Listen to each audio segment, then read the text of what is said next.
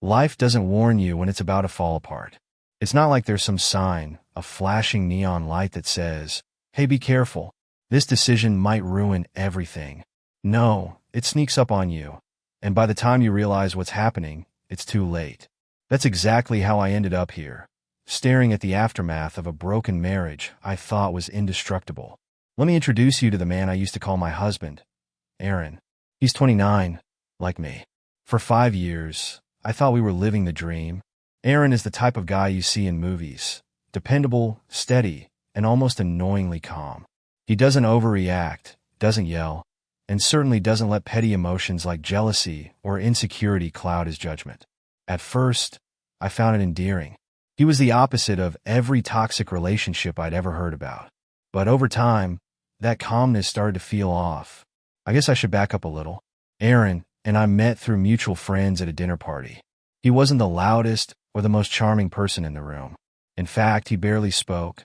But there was something about his quiet confidence that drew me in. He listened more than he talked, asked thoughtful questions, and when he smiled, it felt genuine, like he wasn't trying to impress anyone. I like that about him. I like it a lot. We started dating soon after, and within a year, we were married. Everything about our relationship felt stable, predictable even. We didn't fight, not really. Sure, we had disagreements, but they never escalated into shouting matches or slammed doors. Aaron had this way of defusing tension with a few calm words, and I admired that about him. I thought it made us strong, unbreakable. But as time went on, I realized that what I had once seen as stability was beginning to feel like complacency. It wasn't one specific moment that made me question things. It was a series of small, seemingly insignificant events that, when added up, painted a different picture. Like the time I came home late after a girls' night out. I had been expecting Aaron to ask where I'd been, maybe even show a hint of concern. Instead, he greeted me with a kiss on the cheek and said, "Hope you had fun." That's it. No questions, no suspicion, nothing. At first, I told myself it was a good thing. After all, who wants a partner who's controlling or paranoid? But the more it happened, the more it bothered me. I started testing him without even realizing it. I'd tell him about compliments I received at work or mention how a guy at the bar had hit on me. Aaron would just chuckle and say something like, "Well, they're not wrong." That's when it hit me. He wasn't jealous. Not even a little bit. I know what you're thinking. Isn't that what every woman wants? A man who trusts her completely? And yeah, that's what I thought I wanted too. But trust without passion started to feel like indifference. I wanted him to care enough to get jealous, to fight for me, to show me that I was worth protecting. Instead, I felt like I could fade into the background and he wouldn't even notice. At first, I tried talking to Aaron about how I was feeling. I told him I wanted to feel more seen. He listened patiently, like he always did, and assured me that his lack of jealousy didn't mean he didn't care. "I trust you," he said, as if that was supposed to be enough. "If someone wants to leave or cheat, they will, no matter how jealous you are. I don't want to waste energy on things I can't control." His logic made sense. It was so Aaron, calm, rational, and maddeningly unflappable. But logic didn't change how I felt. I wanted him to want me so fiercely that the thought of losing me would terrify him. Instead, I got the same composed, measured response every time, and that's when the resentment started to creep in. I began to act out in small ways, testing his boundaries. When we went out with friends, I'd laugh a little too hard at someone else's jokes or let my hand linger a second too long on another man's arm. I told myself it was harmless, just a little game to see if I could get a reaction out of him. But Aaron never took the bait. He'd glance at me with mild confusion, then go back to whatever he was doing. His lack of response only fueled my frustration. Looking back now, I can see how toxic my behavior was. But at the time, all I could think about was how much I needed him to show me that I mattered. I wanted him to fight for me, to prove that I wasn't just some interchangeable part of his life. Instead, he gave me nothing. The real turning point came when my boss, Nathan, started paying attention to me. Nathan was everything Aaron wasn't: charismatic, outgoing, and just a little bit cocky.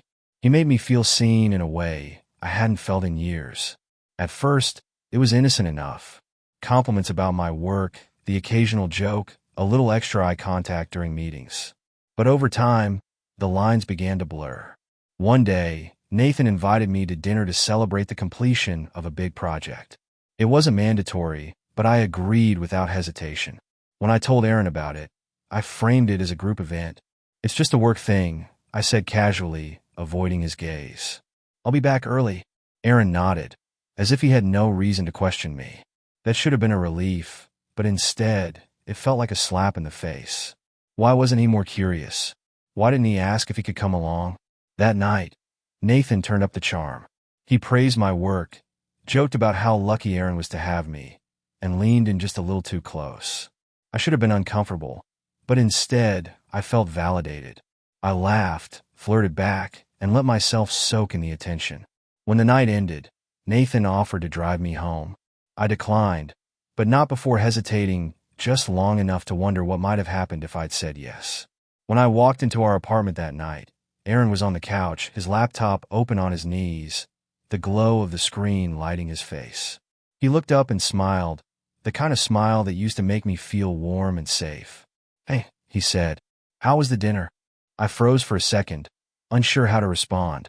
I mumbled something about it being fine, just work stuff, and hurried to the bedroom. My heart was pounding, and I couldn't tell if it was guilt, frustration, or some tangled mix of both. Aaron didn't push for details. He didn't ask who was there or what we talked about. He didn't seem bothered at all. That was the moment I realized how far we drifted. There was a time when I would have come home from a night out and told Aaron everything. Who said what, the jokes that made me laugh, the awkward moments we'd laugh about together. But now, there was this gulf between us, wide and silent, and neither of us seemed to know how to cross it. Over the next few days, I noticed a subtle change in Aaron. He wasn't cold or hostile, but he wasn't his usual self either. He stopped asking me about my day. Our conversations became shorter, more surface level, like he was keeping me at arm's length. And the thing that hurt the most? He stopped reaching for me at night. We used to have this little ritual where he'd pull me close before we fell asleep, his arm draped over me like a shield against the world. But now, he lay on his side of the bed, his back to me, the space between us feeling impossibly vast. I wanted to say something, to ask him what was wrong, but I couldn't bring myself to do it. Maybe I was afraid of what he'd say. Or maybe, deep down, I already knew. It took about a week for Aaron to bring it up. We were sitting at the dinner table, the sound of utensils scraping against plates filling the silence between us. Finally, he put his fork down and looked at me. "I've been meaning to ask," he said, his voice calm but serious. "That dinner with Nathan, was it just the two of you?" My stomach dropped. I hadn't expected him to ask, and I wasn't prepared. "What do you mean?" I said, stalling. "You said it was a group thing," he replied, his eyes steady on mine. "But you mentioned something the other day that made me think otherwise." I felt cornered, like a deer in headlights. I could have told him the truth, admitted that it had been just Nathan and me, but the fear of his reaction, or lack of one, held me back. Instead, I lied. "Oh no, it wasn't just us," I said, forcing a laugh. "There were a few other people from the office. You know how it is." Aaron didn't say anything for a moment, just nodded slowly.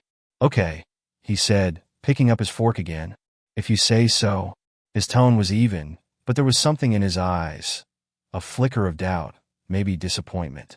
It cut deeper than I expected.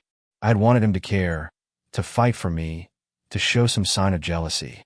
But instead, he just let it go, and that hurt more than anything. In the weeks that followed, I felt myself spiraling. The distance between Aaron and me grew wider, and no matter what I did, I couldn't bridge it. I started overcompensating, planning elaborate date nights, buying him little gifts, even cooking his favorite meals. But none of it seemed to make a difference. Aaron would thank me, smile politely, and then retreat into his own world. It wasn't just the emotional distance that bothered me. It was the silence. The quiet moments that used to feel comforting now felt suffocating. I wanted to scream, to shake him, to demand that he show me something. Anything to prove he still cared. But I didn't. Instead, I sought validation elsewhere. Nathan became bolder at work, his compliments turning into flirtatious remarks and lingering glances. I knew it was dangerous, but I didn't stop him. In some twisted way, it felt good to be wanted, to feel like someone was paying attention to me. I told myself it was harmless, that it didn't mean anything. But deep down, I knew I was playing with fire. The breaking point came on a Friday night. Aaron had suggested we go out to dinner, just the two of us. It was a small gesture, but I could tell it was his way of trying to reconnect. And yet, I found myself hesitating. That same night, Nathan had invited me to grab drinks after work. It wasn't a formal invitation, just a casual, hey, let's celebrate the end of the week. But the fact that he had singled me out made me feel special. I told Aaron I had to work late.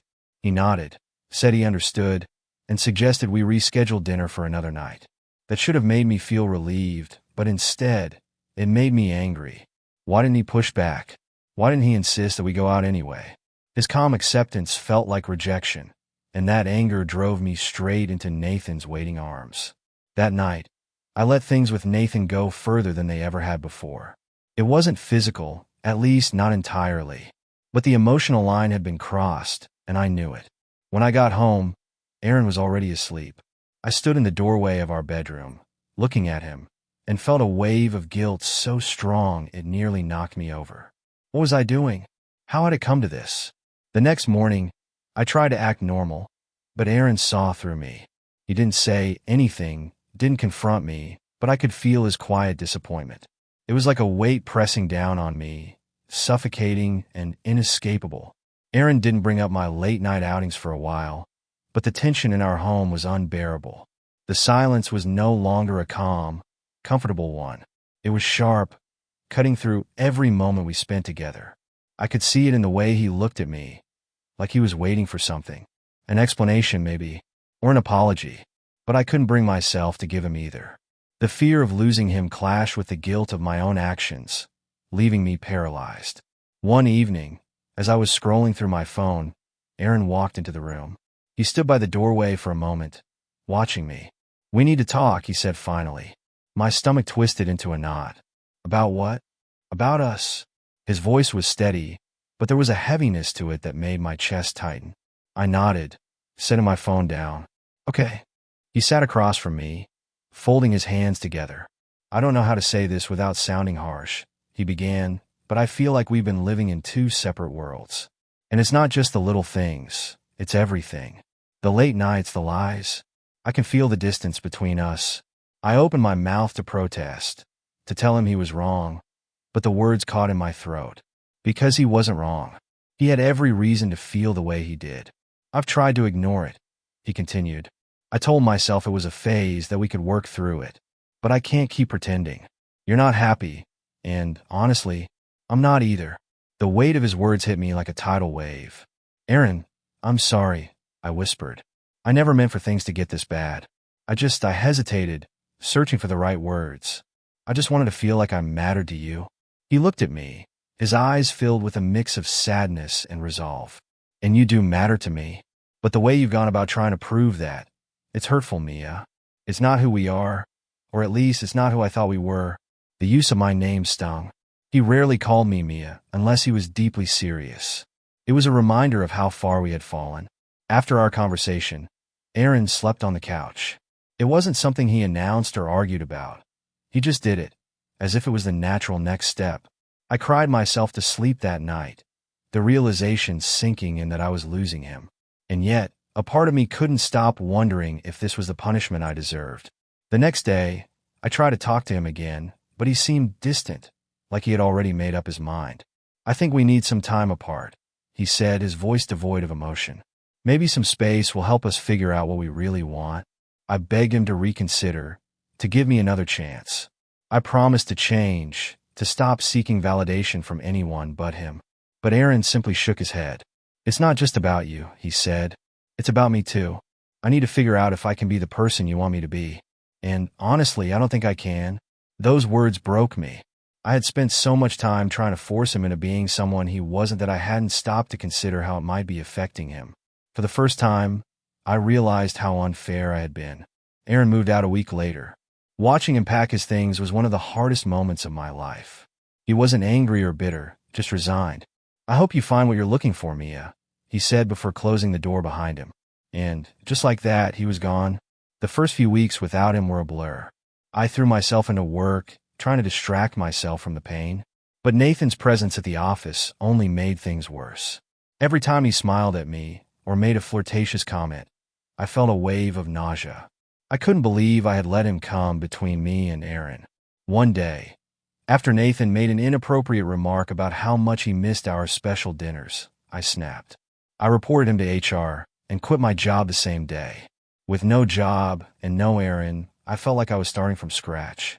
I moved into a tiny apartment with a roommate who was the polar opposite of me.